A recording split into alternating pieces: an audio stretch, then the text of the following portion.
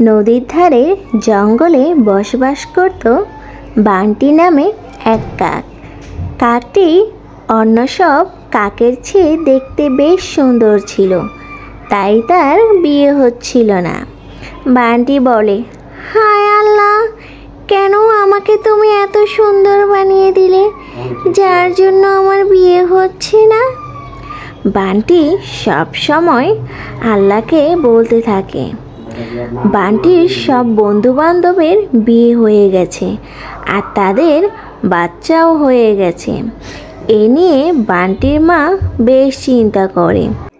বান্টির যে এখনও বিয়ে হচ্ছে না, তাই বান্টির মা বান্টিকে এসে বলে, আমি আর পারছি না বাবা, বুড়ো হয়ে গেলাম, তোকে রান্না করে খাওয়াবে কে?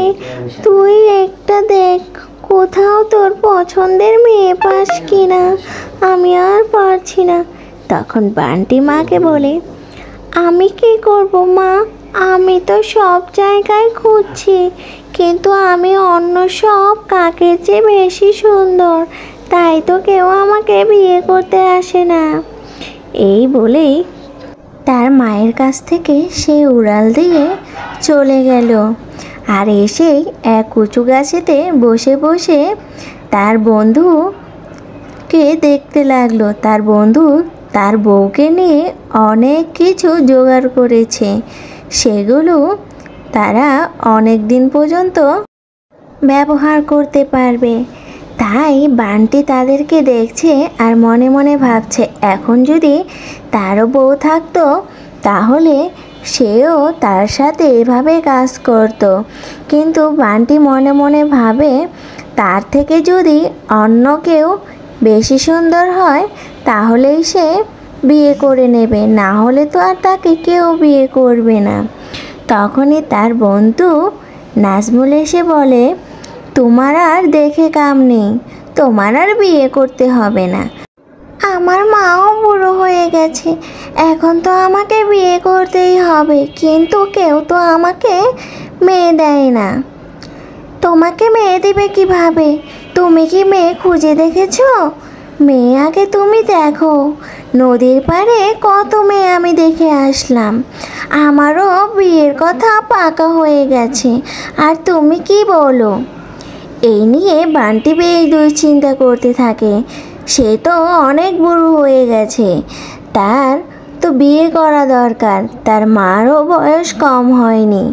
মা তাকে প্রতিনিয়তই বলে, বান্টি, আমি আর কতকাল বেঁচে থাকবো বাবা, তুই এবার বিয়ে কর, সংসারটা দেখ, আমি আর তোর জন্য রান্না করে খাওয়াতে পারবো না, তুই যা এবার বিয়ে কর। তখন বান্টিও বলে, মা, আমি বিয়ে করব, তোমার আর কষ্ট করতে হবে না। এই বলে বান্টি সেখান থেকে উড়াল দিল। উড়াল দিতে এক বনে এসে পড়ল আর সেখানেই মনোমুগ্ধভাবে গান গাচ্ছে এক টুনি। দেখতে যেমন সুন্দর, তার গলার কণ্ঠটাও ছিল অনেক সুন্দর।